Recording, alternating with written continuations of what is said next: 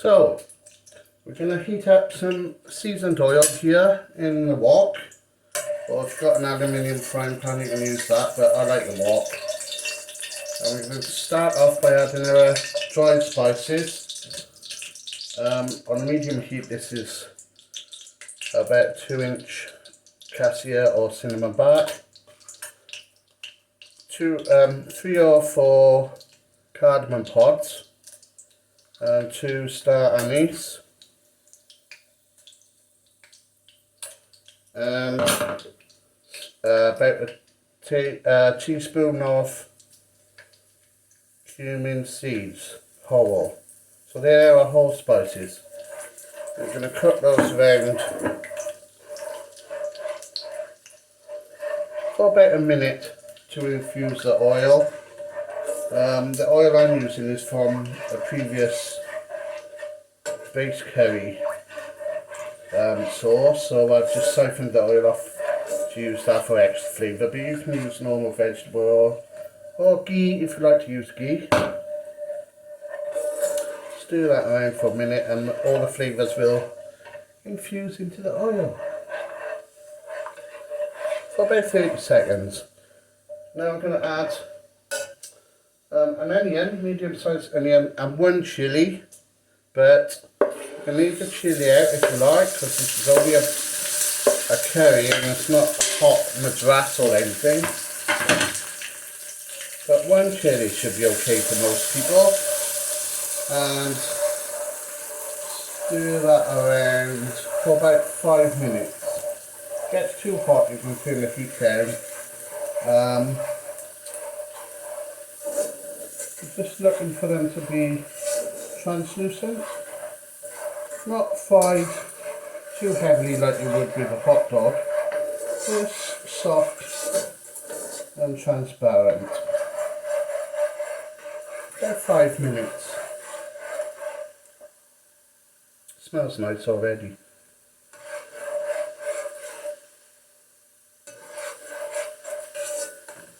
I like the wok because it gets some extra heat on the sides, as I don't have a commercial burner like they do in the restaurants. I can stir it around when the sides are hotter, so I get actually more heat than I do using my Indian frying pan, which everyone else uses. But as I said, I don't have a commercial burner, so this wok gets quite good. This is an IKEA wok, although I'm not advertising for them. Non-stick IKEA wok, but you can use an aluminium frying pan.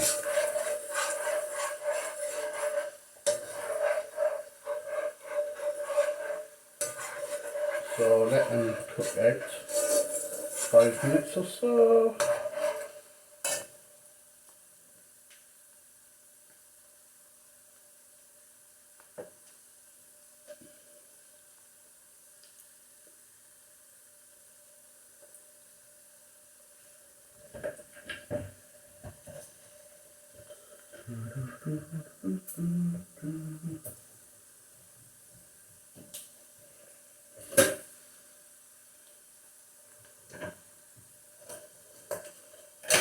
I should have some music playing really, but as it's my first video, I'm slightly nervous.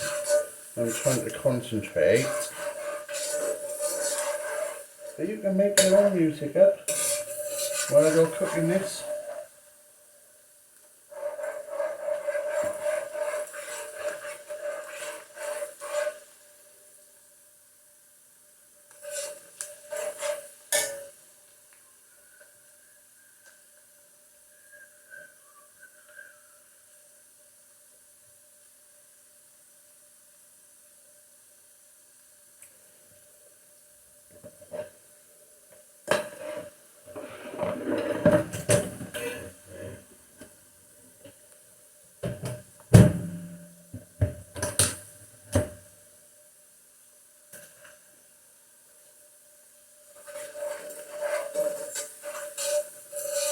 Yeah, so I cook these onions till they're just about before the moment they turn brown, like you would do them for hot dogs or something, or burger. Don't let them go brown.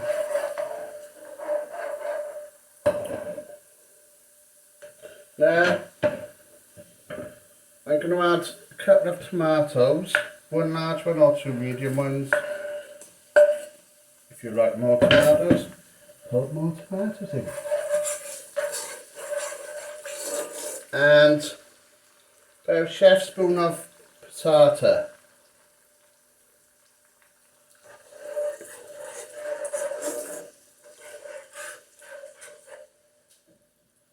Turn up the heat if it's cooling off a little bit after you put the passata in, because you want that to cook, not just simmer. Once it starts to warm up, you can always turn it down a little bit.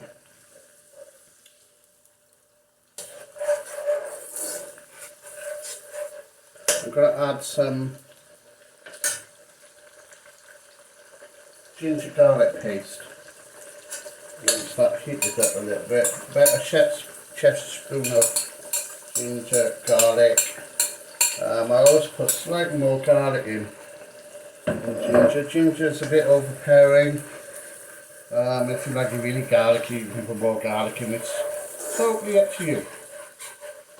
So let that cook now, and I always cook it until it's the consistency of porridge oats, and the tomato starts to sort of bead like porridge oats.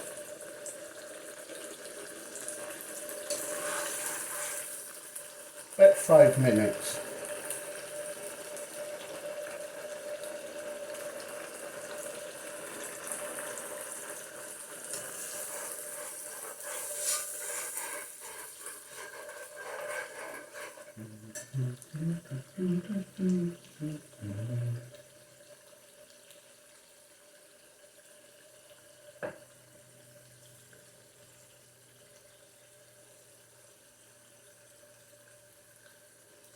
Now the oil is starting to float to the top now, and I'm starting to get some nice little pitted shapes in the sauce. It's bubbling away nicely. It's not burning, not sticking. Just on a medium heat to a simmer.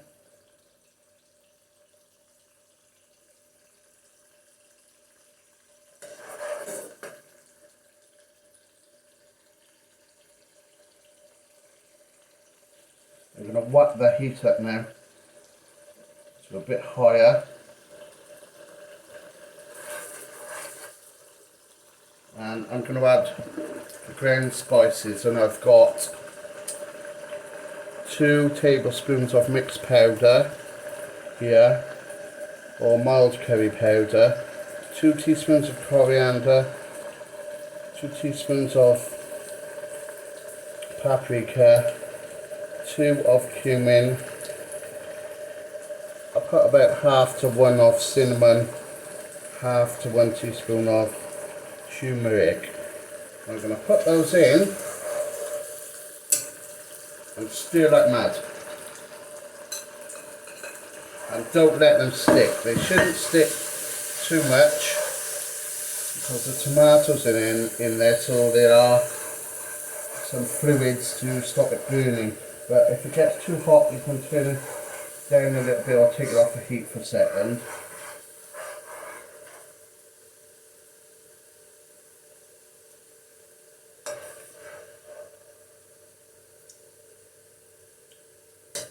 Right, so don't let that cook too long till you smell the aroma of the spices coming up. Otherwise they will burn, and the garlic will burn, and you'll have to start all over again because it will taste bitter. So I can smell that aroma coming up now. I'm going to whack the heat up quickly, and I'll make a little well in the middle, and I'm going to put about a cup of my base gravy in there.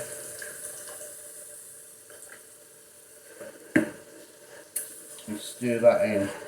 So the spices shouldn't... You can put it on quite high now. as there's a lot of fluid in there, so the spices and the garlic are not going to stick and burn.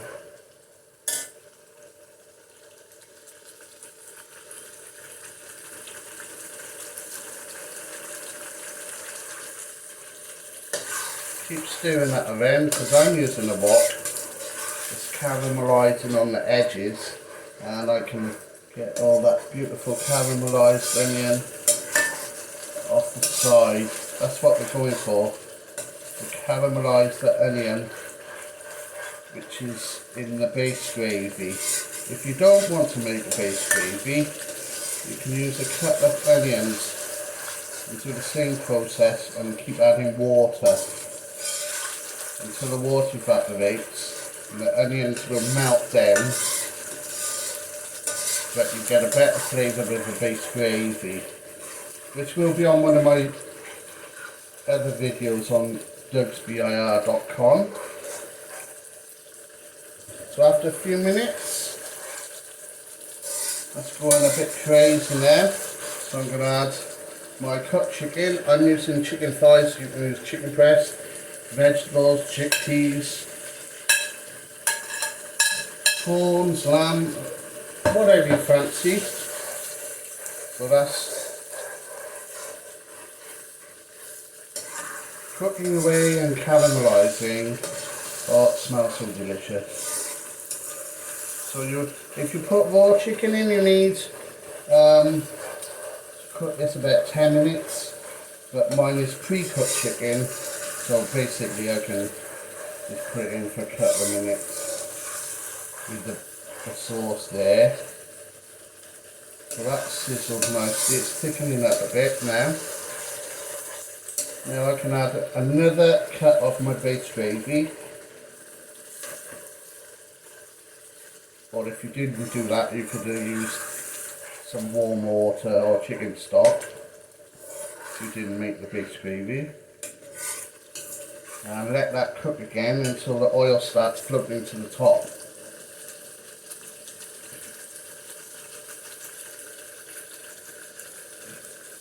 You should put an old shirt on for this, because it does splash even with a wok. I've got a splash back there and some hob protectors, because it's a bit of a messy job cooking these B.I.R curries. So let that oil float to the top. About 5 minutes between each cut of base gravy.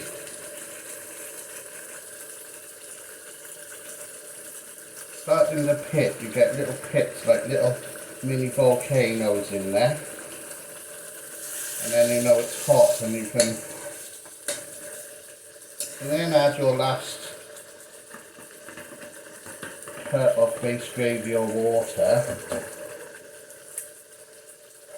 and you cook that now until it's the thickness and consistency that you like. This is not madras, so I'm not going to go into adding lemon or vinegar or any fancy stuff. This is a normal chicken curry, because I know some of the ladies don't like a hot curry. And I'm not doing a keema this time. Keema next time for the ladies. Is that sexist? Maybe. So let that cook through till the oil starts floating on the top.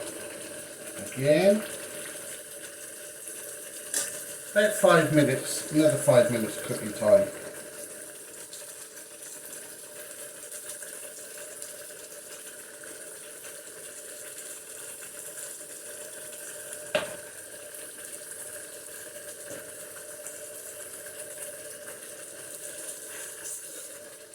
Scraping those caramelised bits. They are like gold for your curry. Similar to if you were roasting beef and you make the gravy from the sticky bits in the pan. They're the best parts, really. Okay, so that's a bit ready. I'm going to turn that down now. That's getting quite thick. And finally, to finish, just before you finish cooking, about 5 minutes before, you've got some fresh coriander and dried fenugreek leaves, methi leaves. About a chef's spoon of each of those. I like lots of coriander, so that can go in.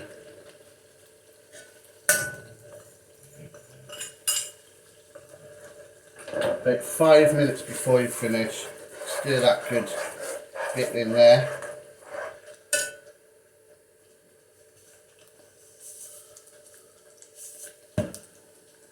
Add salt to taste. I put about a teaspoon in proportion. So salt goes in.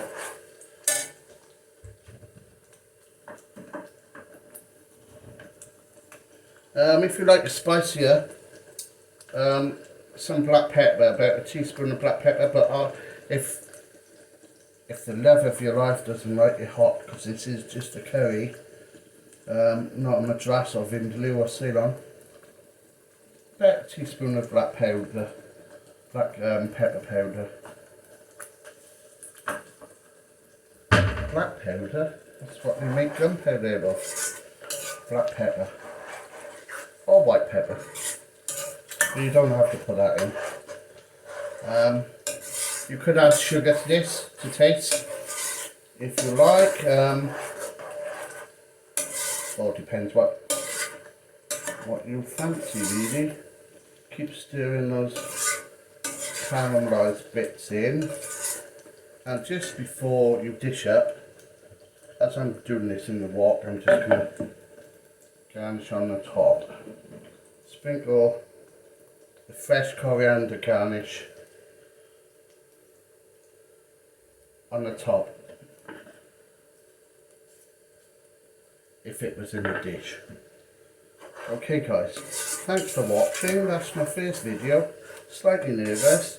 Please visit and follow Doug's B.I.R on TikTok, Instagram, Facebook, and on my website dougsbir.com. You can buy all the stuff, spices, pots, pans, knives, chopping boards, to make your own delicious B.I.R curries. Thanks for watching guys. Thank you, bye.